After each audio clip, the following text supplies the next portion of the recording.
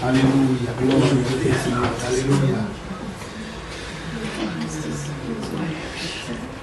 Alléluia, gloire à toi, Seigneur, Seigneur, nous te remercions, nous te bénissons, Seigneur. Nous te remercions, Seigneur, pour ta parole qui va être administrée, Seigneur, et guidée par tes serviteurs, en fait que puisse, Seigneur, puisse rentrer dans nos pensées et puissions-nous la comprendre vraiment, parce que c'est un peu difficile, Seigneur, ce matin. La prophétie d'Habakkuk, pour moi, personnellement, c'est un peu difficile de comprendre, mais ce matin, je vais comprendre, Seigneur, parce que ton esprit il va nous illuminer ce matin, il va guider tous serviteurs, en fait, que nous puissions profiter, Seigneur, de ta parole et que nous puissions la comprendre.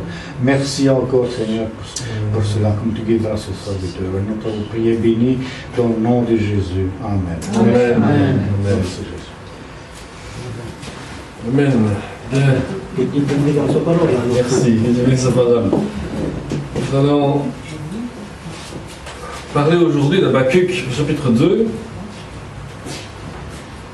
Et comme nous avons sur l'écran, c'est un verset qui doit être gravé dans votre tête.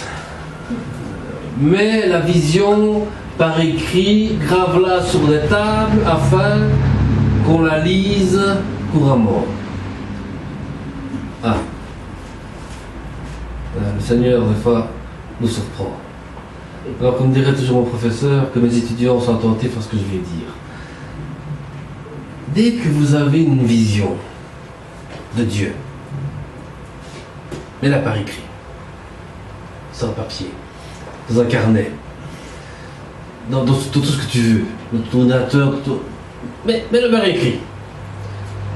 Toutes les visions, mets la date, mets la vision que tu as vue, et puis le lendemain tu continues. Et puis tu fermes ce livre-là et tu le mets de côté. Et le jour où toi tu fermeras les yeux, quand les gens verront ce livre, ils vont dire « Ah, Vincent, tu as vu autant de visions et les choses se sont arrivées. » Et voilà. Dieu veut que tu mettes toutes ces visions par écrit. Parce qu'après on va les lire couramment. C'est ce que Dieu a répondu à Habakkuk, dans le chapitre 2, pour lui dire « Écris maintenant les visions que je vais te dire. » Parce que au premier chapitre, Habakkuk était là, mais Seigneur, pourquoi je te prie, je te crie, je t'acclame, je te proclame, mais tu ne fais rien, tu ne dis rien, tu ne bouges pas, qu'est-ce que tu es pour Dieu? Et bon, je vais dire n'importe quelle parole. Puis Dieu a dit, mais regarde un peu maintenant, je vais agir. Et Dieu a agi. Et après, chapitre 2, maintenant nous allons lire, on comprend que Dieu a dit à Habakkuk, maintenant, grave tout ce que les visions que tu vas avoir. Parce que si vous avez bien suivi l'Apocalypse comme moi, vous avez compris c'est quoi une prophétie. Alors, si vous savez c'est quoi une prophétie, je vous demande à vous autres de me répondre maintenant c'est quoi une prophétie. C'est quoi un prophète? Dire l'avenir, l'avenir, ce qui doit advenir. Ce qui doit venir, oui. Oui, ce qui doit arriver. Ben oui, ce qui doit arriver. Quelque chose qui doit arriver et que personne ne connaît. Voilà. Les mecs, on argumente un petit peu. C'est vaste. C'est un instrument pour l'avenir. C'est un instrument pour l'avenir, oui. Dieu se sert de quelqu'un, Oui. annoncer, révéler. Oui. Un événement. Mais aussi pour mettre en garde. C'est ce qui doit venir. Mettre en garde, oui. Mettre en garde des personnes. Mettre en garde de peuple. Voilà, elle parlait pour moi. Et ensuite, le prophète, il fait quoi encore? Il ne fait pas seulement que dire Vincent, demain tu vas devoir parler à des millions de gens. Il y a quelque chose d'autre encore, je ne sais pas. Il y a un prophète, c'est quelque chose de très important dans la Bible. Mais un prophète, c'est un médiateur entre Dieu et l'homme aussi, qui n'apporte ce qui est. Un médiateur entre Dieu et l'homme, oui, mais il y a encore des autres choses qui doivent sortir. Vincent, il faut que ça sorte. Mon professeur, mes étudiants n'étudient pas assez la parole. Ah, prophète, c'est un homme de prière. Un homme de prière, oui. C'est un homme de Dieu, hein.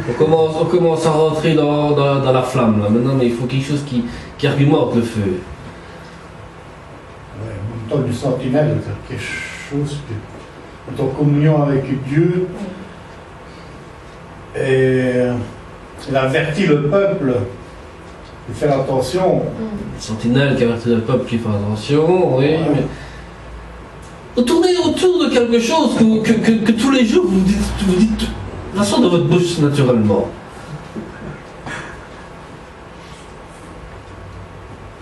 Oui, Anna, tu veux le dire, tu n'oses pas le dire, dis-le.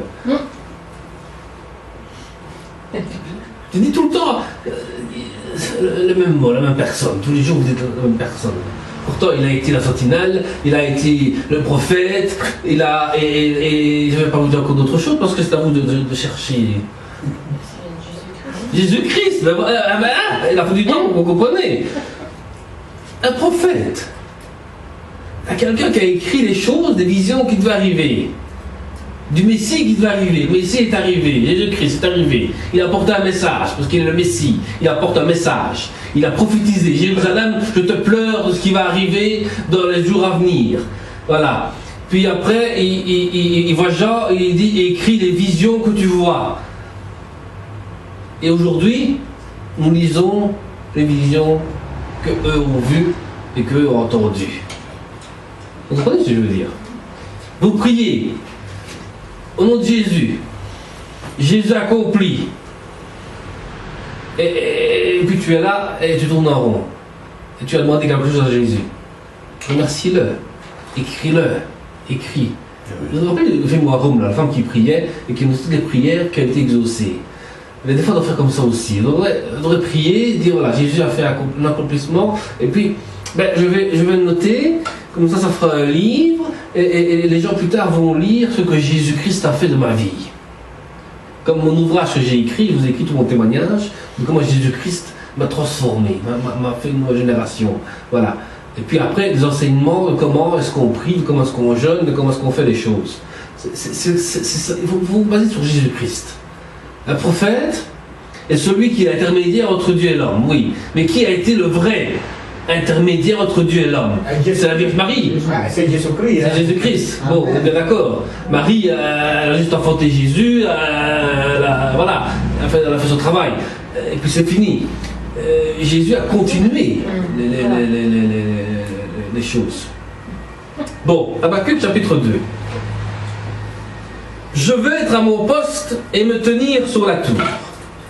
Je veux veiller pour voir ce que l'Éternel me dira et ce que répliquerai à mes reproches.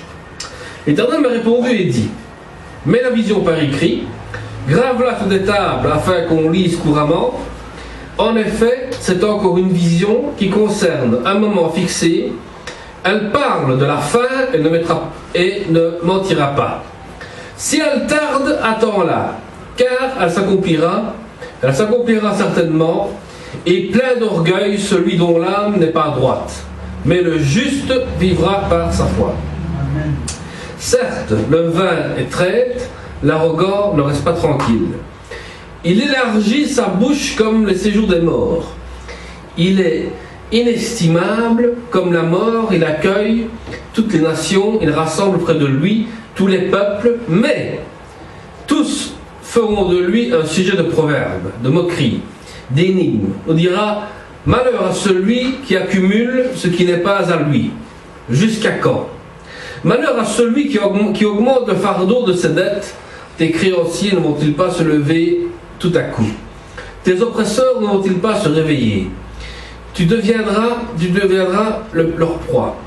Puisque tu as pillé beaucoup de nations, tout le reste des peuples te pillera. En effet, tu as versé le sang des hommes. Tu as commis des violences dans le pays contre la ville et tous ses habitants. Malheur à celui qui amasse pour sa maison des gains malhonnêtes, afin de placer son nid sur les hauteurs pour se garantir de l'atteinte du malheur. C'est la honte compte de ta maison que tu as décidé en détruisant des peuples de nombreux, et c'est contre toi-même que tu as péché. En effet, la pierre crie au milieu de la muraille, et le bois de la charpente lui répond: malheur à celui qui construit une ville avec le sang, qui fonde une ville avec le crime. Cela ne vient pas de l'Éternel, le maître de l'univers. Des peuples travaillent pour le feu, des nations s'épuisent pour du vide. En effet, la terre sera remplie de la connaissance de la gloire de l'Éternel. Tout, comme le fond de la mer, est recouvre par l'eau. Malheur à celui qui fait boire son prochain, à toi qui verses en outre pour l'enivrer afin de voir sa nudité. Tu te rassasies de mépris, plus de gloire. Bois aussi toi-même et découvre-toi. Tu boiras la coupe de la main droite de l'Éternel, et la honte te souillera ta gloire. Oui, tes violences faites contre le Liban retomberont sur toi, et les dévastations des bêtes t'effrayeront parce que tu as versé le sang des hommes et commis des violences dans le pays contre la ville de tous ses habitants. À quoi sert une sculpture sacrée pour qu'un ouvrier la façonne? À quoi sert une idole en métal fondu qui enseigne le mensonge pour que l'ouvrier qui l'a faite place en elle sa confiance au point de la fabriquer des faux dieux muets? Malheur à celui qui dit à un morceau de bois lève-toi, ou à une pierre muette réveille-toi. Donnera-t-elle l'instruction? Elle est garnie d'or et d'argent, mais il n'y en a aucun souffle de vie. L'Éternel, lui, est dans son saint temple, et que toute la terre fasse silence devant lui. Amen. Alors, qui a compris, qui a lu Habakkuk chapitre 2 et a compris certaines choses? Personne. Vincent.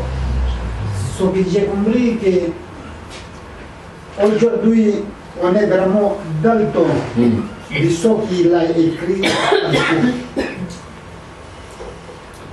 On est dans les temps difficiles. Oui.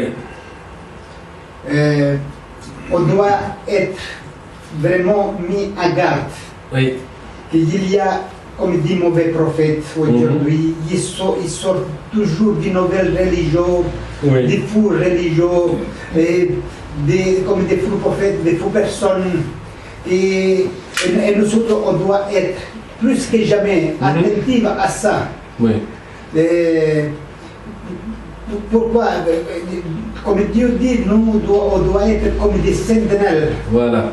Et faire attention à ceux qui rentrent de chez nous et à ceux qui sortent aussi.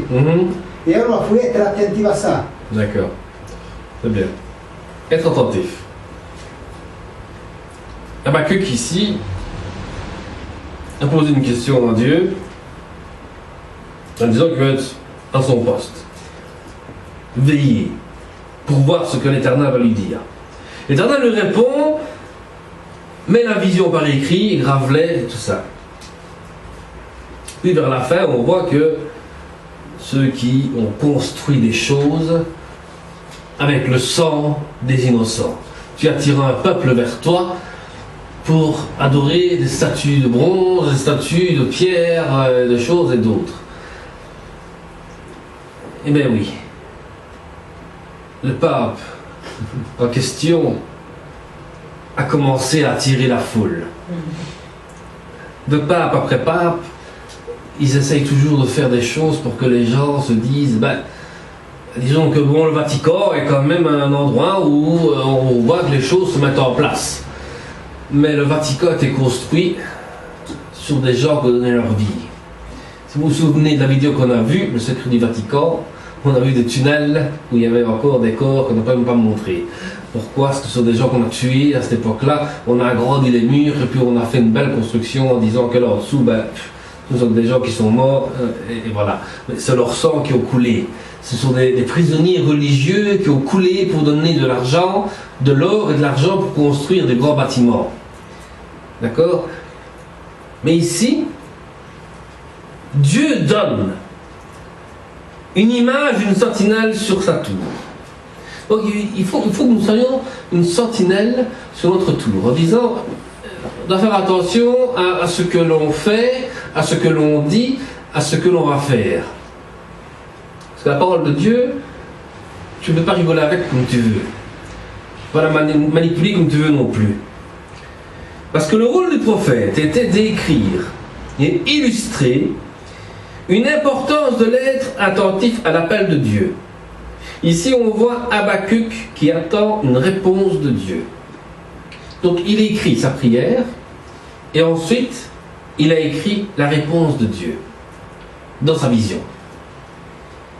Ce qui veut dire que Dieu parlait déjà de Jésus-Christ.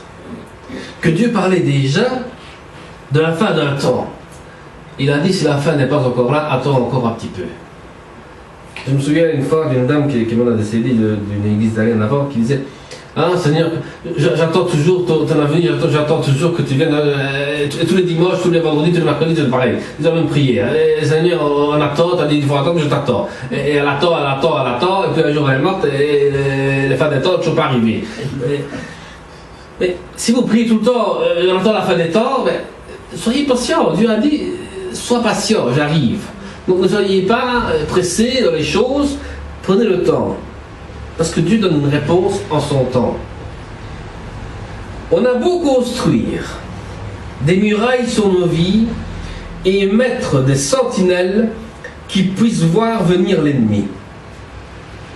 On a parlé, je pense, c'est vendredi, ou non, c'est hier, je ne sais plus.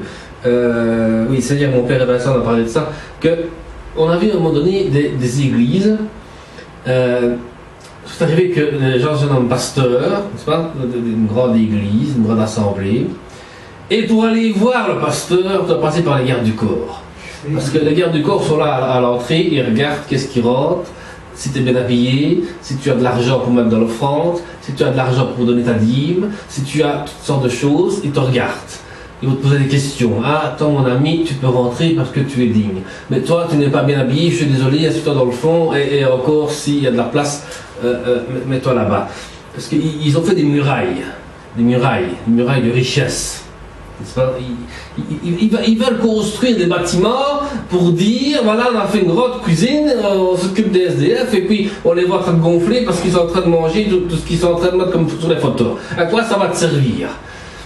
Si maintenant tu montres que tu cuisines, si tu montres que tu vas voir des SDF, même que tu filmes les SDF de la rue, et que tu montres que tu donnes de la vraie nourriture, non seulement spirituelle, et aussi pour leur bien-être à eux, et bien les gens vont dire, ah, cette assemblée-là, elle fait des choses de Dieu.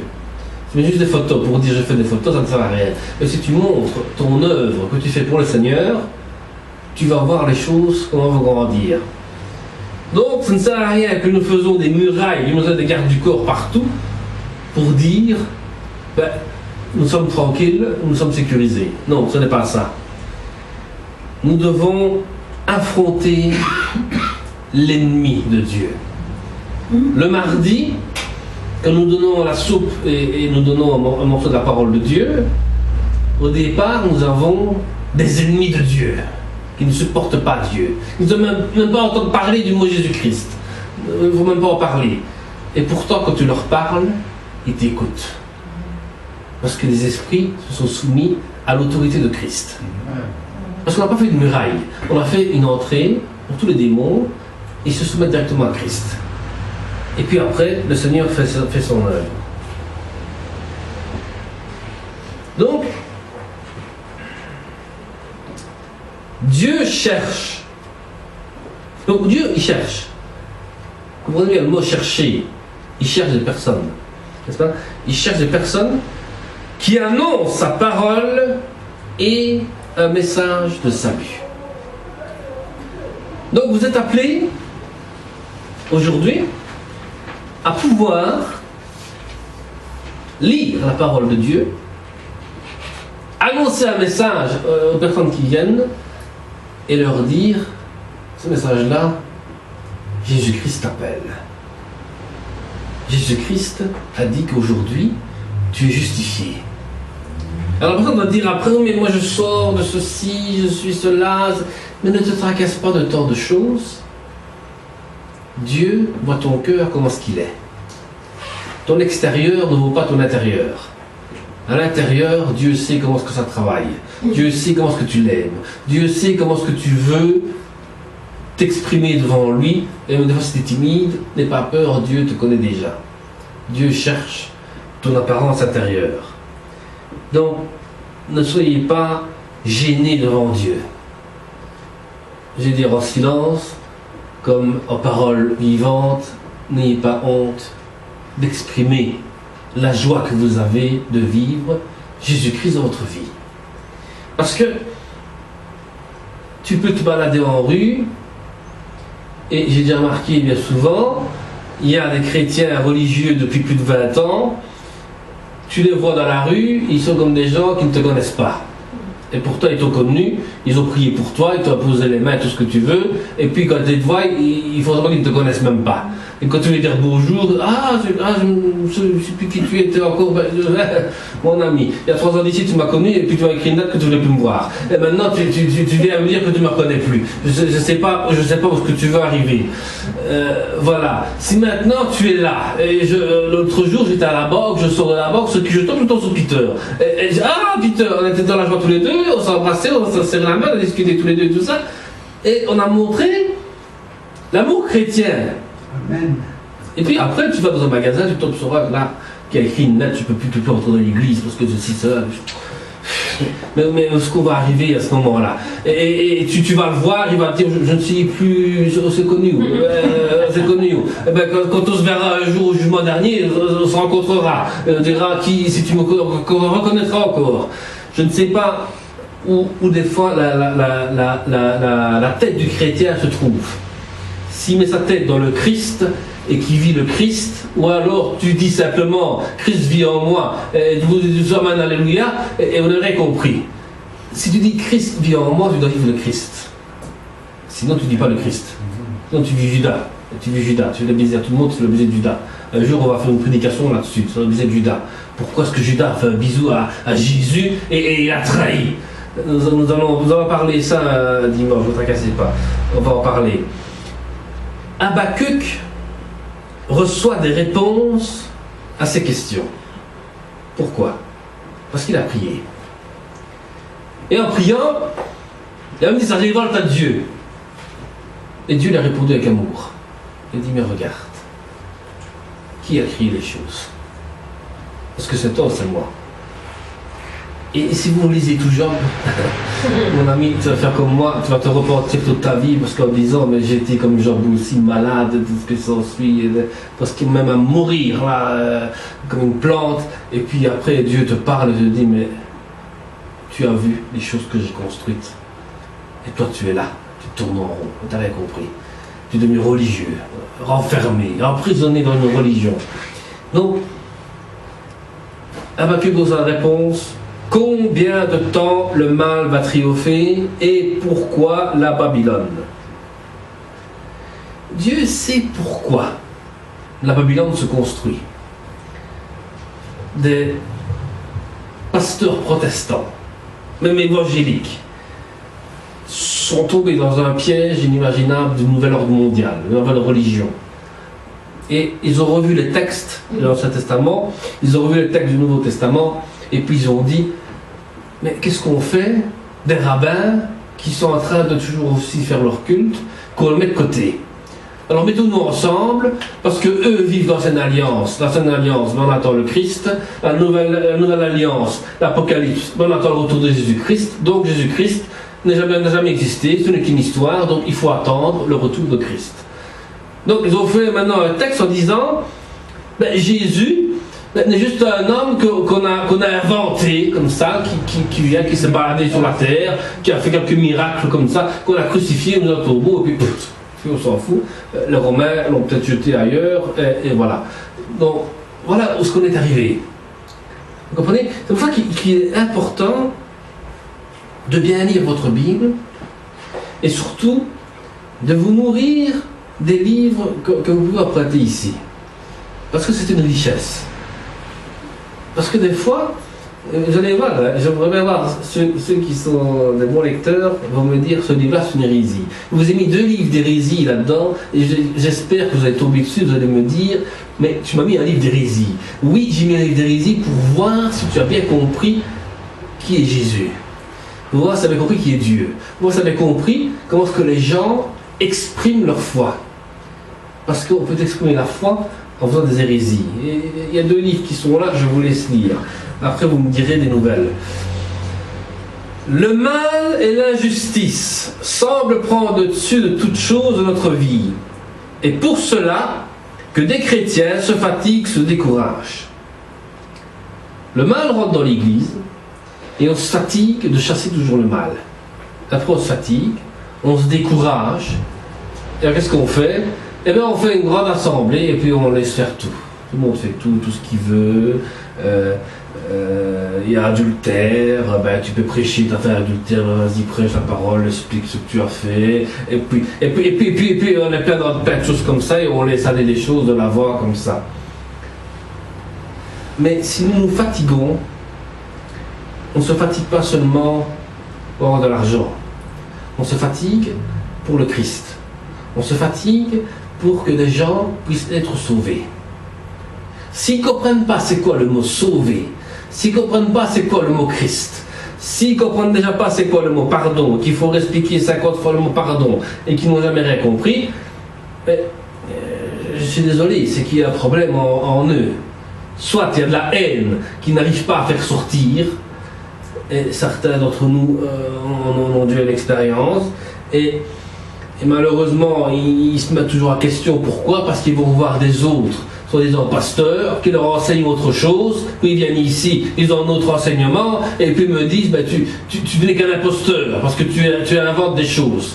Et je dis, mais si vous me traitez d'imposteur, ben, je te bénis, parce que en fait, c'est que je te dis la vérité, tu ne veux pas apprécier. Parce que tu veux toujours de l'argent. Et ton argent, tu peux périr avec. La Bible dit, péris toi et ton argent, parce que ça ne sert à rien. Maintenant, si tu me dis que tu es un imposteur, ben dis-moi où je me suis trompé dans l'évangile. Si je me suis trompé dans l'évangile, eh ben, je m'en excuse et je m'en pardonne devant Dieu et je m'en pardonne devant vous. Et je corrigerai ma faute. Si vendredi j'ai été trop loin dans les choses qui n'ont pas été justes pour vous, ben dites-le moi après et on en discutera. Je n'ai pas été, je pense, désagréable ou mal envers vous. Ce que je remercie en vous, c'est que vous êtes là, non pas seulement pour moi, mais ce que vous acceptez, ce que vous enseigne la vérité. C'est ça le principal, que vous êtes là pour accepter la vérité. Amen. La Babylone, qui rentre dans les églises, église évangélique, église protestante, église catholique, église orthodoxe, et toute autre encore église. Babylone d'abord, c'est, t'as de l'argent, et tu peux rentrer mon ami. Mais dans l'offrande, il t'a dit, et là tu es mon disciple. Et puis, après, ils sont remplis d'orgueil. Le pasteur lui-même, soi-disant, monte sur un grand pupitre, parce qu'ici, vous voyez bien que je suis au même niveau que vous, et il monte sur un grand pupitre, il faut des grands projecteurs sur lui, il faut un beau truc pour poser sa Bible et son sermon, et puis il commence à vous parler d'argent. D'accord. Et Jésus-Christ là-dedans, où est-ce qu'il est? Où est-ce qu'il est? Il parle de son orgueil. Regardez, la belle assemblée nous avons, regardez le beau chauffage central qu'on a installé, regardez, voilà, regardez la beauté du bâtiment dans lequel vous êtes. Mais pourquoi est-ce qu'on ne regarderait pas la richesse de Jésus-Christ? Pourquoi est-ce qu'on ne regarderait pas la richesse de la parole de Dieu? Qu'est-ce qui nous empêche de regarder la parole de Dieu? Qu'est-ce qui nous empêche de la lire? Qu'est-ce qui nous empêche de la comprendre? Les chrétiens passent par des moments difficiles, mais nous devons croire à la promesse de Dieu. On passe tous par des moments difficiles. Nous tous. Moi, vous, on passe tous par des moments difficiles. Pour le moment, moi je vous le dis depuis vendredi, je passe par des moments difficiles de santé. n'est-ce pas? Je dois me faire hospitaliser, je ne sais pas encore les dates, j'attends les réponses des dates pour être hospitalisé, et puis après je dois encore être opéré par après pour d'autres choses aussi. Donc j'ai 2-3 maladies qui circulent dans le corps. Mais ce que je sais, ce que je crois à la promesse de Dieu. Alléluia. N'est-ce pas? Donc, même si nous avons des problèmes, qu'on passe par des moments difficiles, on sait que Dieu est là et qui dirige les choses. Et on croit en sa promesse. Donc la Babylone elle-même, quand je parle Babylone, je parle de toute église qui ne veulent que de l'argent. Elle profite, écoutez bien ça, elle profite de la richesse des esclaves. Alors, qui sont les esclaves? Eh bien, c'est vous. Eh bien, c'est moi. Je vais dans une église, mouvement, n'importe quel mouvement, pentecôtiste ou autre. Je rentre dans l'église et je deviens l'esclave du pasteur. Je lui dis, voilà, je suis diplômé théologien bibliste, je peux, si tu veux, t'aider à enseigner la parole de Dieu ou autre, et il me dira, mais mon ami, il faut qu'on parle un petit peu tous les deux. Alors, je vais parler avec lui. Et quand je parle avec lui, il me dit, mais, tu sais, oui, tu peux enseigner, tu peux faire ceci, mais le comptable a vu que tu n'as pas payé ta dîme. Le comptable a vu que tu as demandé de l'argent pour t'aider à faire des transports. Et puis nous avons vu que dans l'offrande, généralement, tu donnes toujours de la monnaie. Parce que ceux qui passent, ils voient que tu mets des pièces. Ils n'ont pas vu que tu as mis des billets. Donc, il y a un problème à régler. Si c'est pas de l'argent, alors quoi ça sert que je viens d'enseigner? Je perds mon temps et je perds toute chose. Donc, ça ne sert à rien. C'est pour ça que vous êtes devenus esclaves de l'argent. Esclaves de votre pasteur qui prêche toujours la dîme, l'argent, et puis ils construisent des trucs, et puis ils veulent acheter des bâtiments, et puis quand ils achètent le bâtiment, après le bâtiment, ils ne savent plus l'avoir parce que la banque les a refusé le prêt, et l'argent qui est parti dans le prêt, une partie, ils ne savent plus le revoir. Donc, et vous êtes esclaves, vous avez dépensé autant pour des bêtises. Et non seulement vous êtes esclaves, vous êtes victimes parce qu'ils crient après l'argent, et le mauvais en soi, oubliant que Dieu jugera un jour tous ces gens qui sont amis de l'argent. C'est que ces faux pasteurs-là qui vous prêchent sur l'argent pour construire des grands bâtiments ont oublié une chose, c'est qu'un jour ils vont être jugés pour cet argent-là. Parce que si vous vous souvenez de la trinité de Satan, Mammon, l'esprit de Mammon dans l'église, est celui qui veut toujours que l'argent soit rentré dans l'église, dans la poche du pasteur. Dans la poche du pasteur, il y a bien un gros portefeuille, et puis vous voyez le pasteur qui roule en Jaguar, qui roule en Mercedes, qui roule en grosse Jeep et tout le bazar. Et si tu lui demandes de te ramener quelque part ou de te déposer quelque part, je suis désolé, mais voilà, tu sais, la voiture elle est nouvelle, je ne peux pas te prendre, je ne peux pas te déposer. Demande à un frère là-bas, je pense que lui habite plutôt de ce côté-là, pour t'éviter. Voilà, parce que tu vas salir sa voiture, tu ne peux pas lui salir sa voiture. Donc il faut faire attention à ça. Pour ces gens-là, je parle, donc pas pour moi, moi je m'en fous, moi, combien de fois j'ai déjà pris des personnes pour les amener, c'est pas un problème. Veillons toujours à courir à la richesse de Dieu. La richesse de Dieu, c'est son amour. Laissez prendre la place de Dieu dans notre vie tous les jours. Si tu laisses prendre la place de Dieu dans notre vie tous les jours, tu vas vivre le Seigneur tous les jours. Parce que tu veux vivre son amour. L'idolâtrie est un péché qui nous mène dans le monde moderne. La fierté l'autre jour, on me posait des questions sur des églises, et je dis, mais tu sais qu'au monde d'aujourd'hui, l'église est tombée dans le post-moderne. Alors, qu'est-ce que le post-moderne? Le post-moderne, c'est un pont que l'église fait avec le monde. Ce qui veut dire que si nous faisons des fêtes païennes dans l'église, nous attirons du monde à venir dans l'église. Mais il faut, on met de la bière, on met du whisky, on met des choses, et les gens viennent ici, ils boivent, ils mangent, ils sont bien remplis, et puis ils écoutent la parole, qu'est-ce qu'on s'en fout de ce qu'il a dit, mais ce qui nous a plu, c'est ce qu'on a mangé et bu. Voilà. Et ça devient une idolâtrie du monde moderne. On cherche l'église là où on peut manger et boire.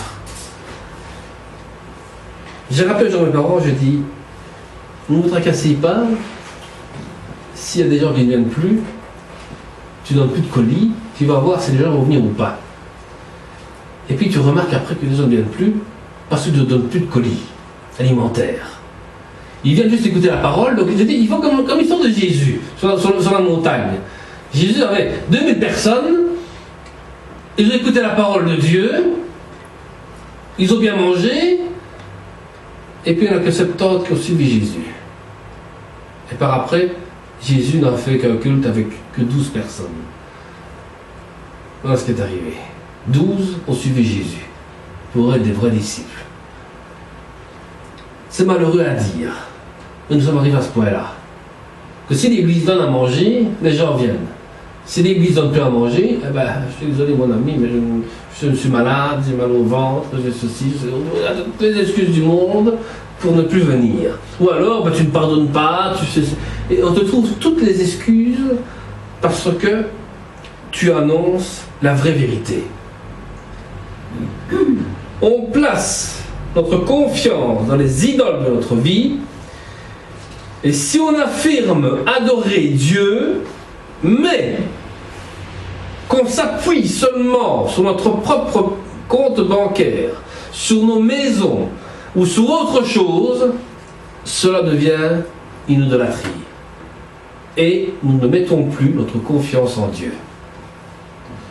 Un jour, je disais à ma fiancée, ne te tracasse pas qu'un jour, là où j'habite dans l'appartement, je vais peut-être partir de là, on ira ailleurs. Pourquoi? Parce que je ne m'attache pas à cette maison-là. Je ne m'attache pas à cette maison-ci. Je ne m'attache pas à n'importe quelle maison que ce soit. Je m'attache où Dieu va nous placer. Voilà.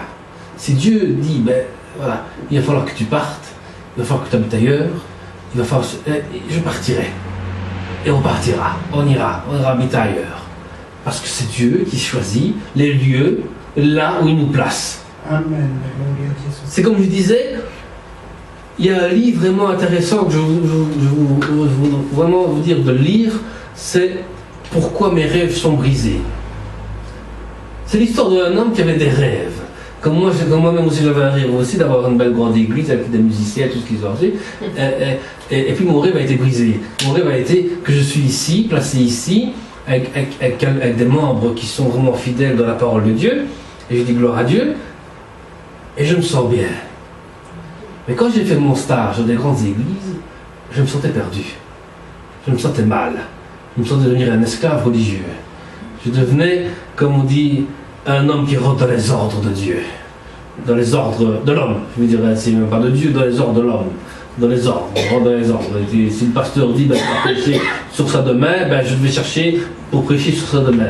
Une femme dit, prêche un peu un jour sur la dîme et l'offrande, parce que les gens ne donnent pas assez. Alors j'ai dû faire un jour sur une dîme et l'offrande, mais j'ai fait ma façon à moi, ça ne m'a pas plu, parce que moi j'ai dit que la dîme on ne paye pas. Parce que la dîme, quand tu viens à l'église, tu fais déjà ta dîme. Tu aides à ranger les chaises, tu payes ta dîme. Tu sers le café aux autres, tu payes ta dîme. Tu apportes quelque chose, tu fais ta dîme. C'est tout. L'offrande, tu donnes parce que ça va servir pour le royaume de Dieu. Même si tu mets 1 euro, c'est déjà bien.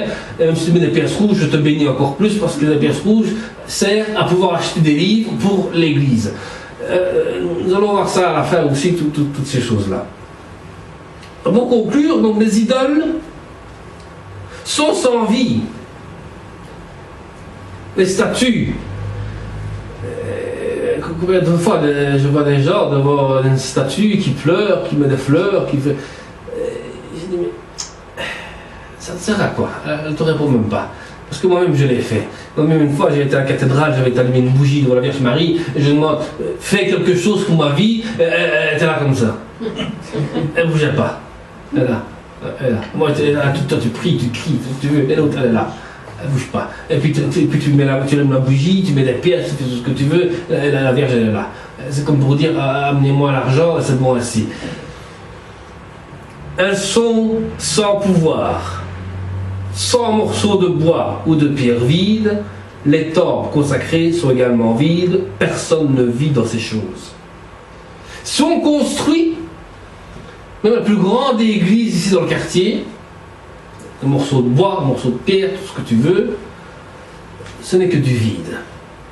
La cheminée ici, je vais faire un trou dedans, c'est vide. C'est vide, il n'y a rien. Et bien toi tu rentres dans un bâtiment qui est vide. Mais si tu rentres dans un bâtiment où on vit la présence de Dieu, Alléluia. là tu deviens le temple de cet esprit. Amen.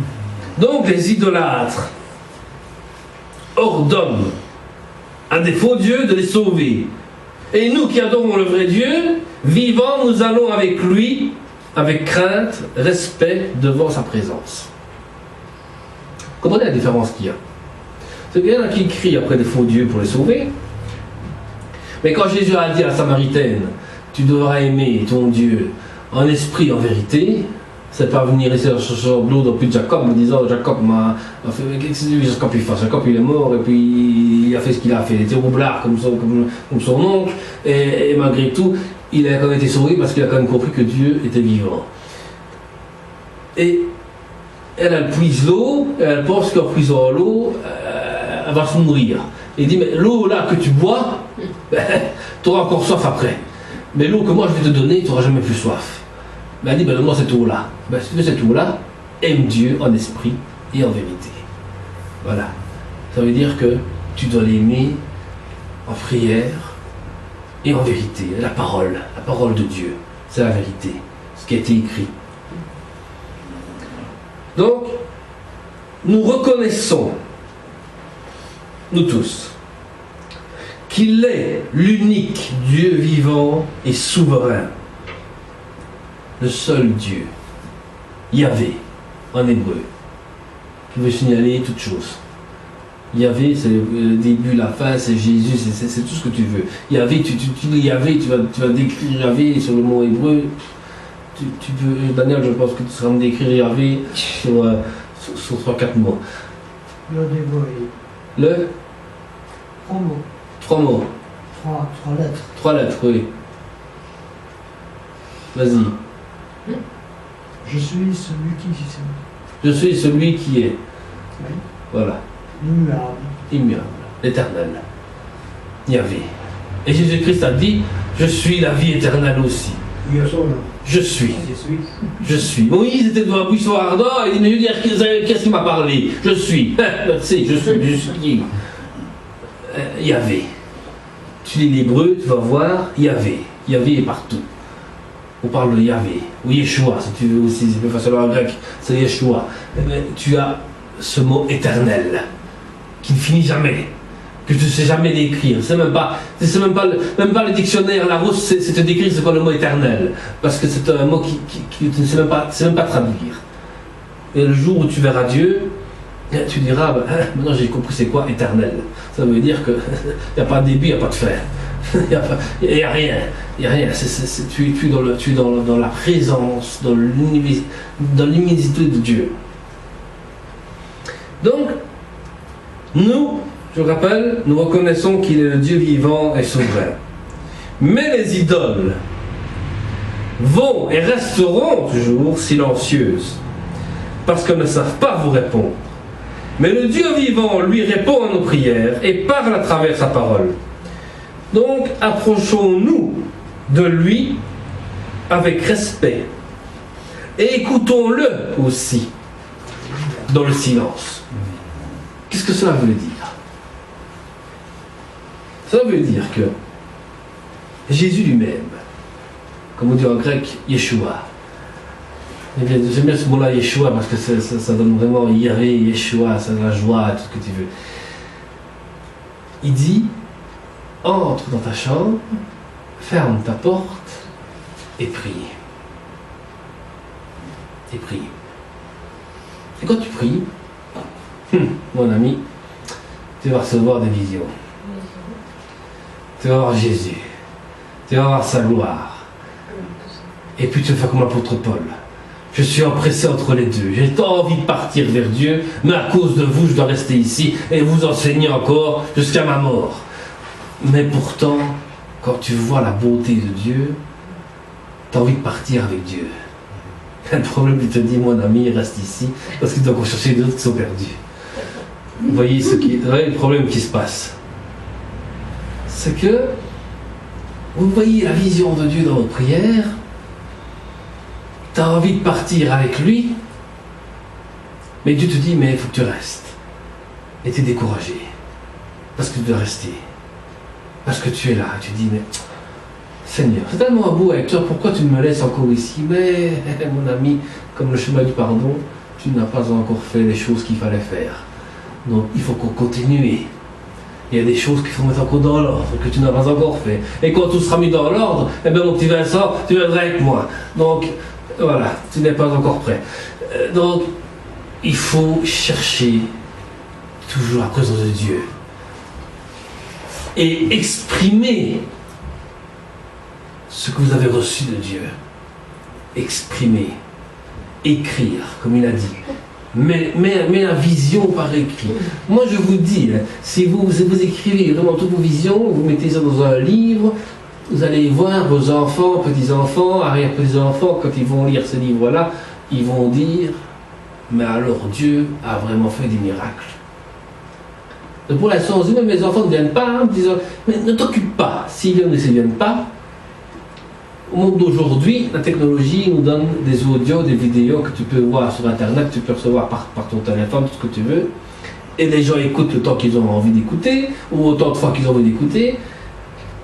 Mais ce qui est intéressant, c'est qu'à un moment donné, toi, plus tu pries pour eux, et un jour, tu le verras ou tu ne le verras pas, ils seront peut-être des prédicateurs de Christ. Ils vont peut-être enseigner le Christ. Et tu ne le sais même pas toi-même. Des fois, moi qui m'a fait lancer, nous sommes surpris avec les enfants, combien de fois la petite comme le grand, il nous dit des choses que moi-même, en tant que théologien, je me dis, mais est-ce que vous allez chercher ça? Je ne m'en rends même pas compte moi-même. Et pourtant, on fait rien de spécial, à part peut-être prier, à part peut-être lire un chapitre ensemble ou autre, une belle petite chose a fait grandir quelque chose en eux. La petite graine que tu plantes dans la terre, ben laisse-la mourir, et puis après tu auras la plante qui va sortir. Parce qu'il faut le temps qu'elle prenne racine quelque part. Et en tant que chrétien, tu as la petite graine qui doit chercher la racine quelque part. La racine, elle cherche de l'eau. Et si tu as trouvé le chemin qui te mène à Christ, et bien tu es cette racine qui a trouvé la source d'eau vive. Et tu vas t'enrichir de plus en plus.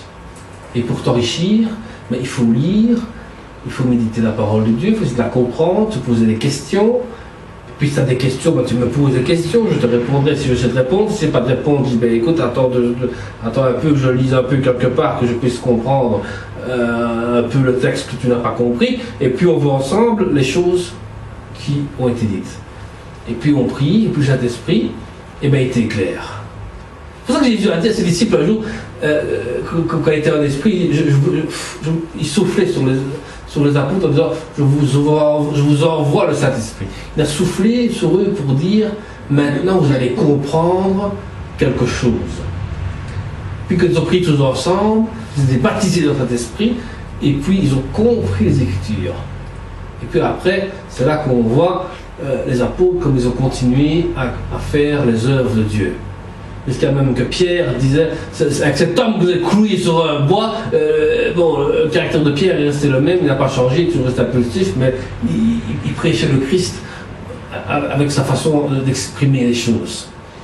Donc voilà. Donc soyez la racine qui cherche vraiment la vraie voix de Dieu. La vraie, l'unique.